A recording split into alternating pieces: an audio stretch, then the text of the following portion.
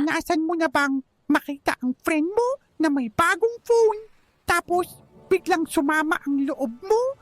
O kaya, nung nakuha niya ang mataas na grade, parang may kumirot sa puso mo. Ganyan ang inggit? Sa The Sims, para itong isang pulang mudlit na biglang lilitaw. Ang pangalan niya, naiinggit. Pero hindi ibig sabihin nito na masama kang sim. Normal lang yan. Ang inggit ay parang isang notification. Sinasabi nito kung ano ang gusto mo o pinapahalagahan mo. Parang no needs bar na kailangan mong pansinin.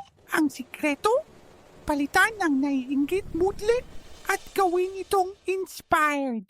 Imbes na tingnan ang success ng iba, buksan mo ang sarili mong aspiration panel. Ano ba ang mga goals mo?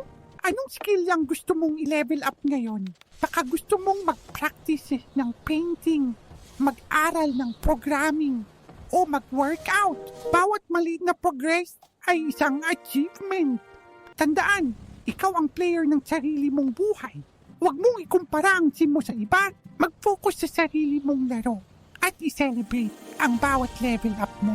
Kaya mo dyan.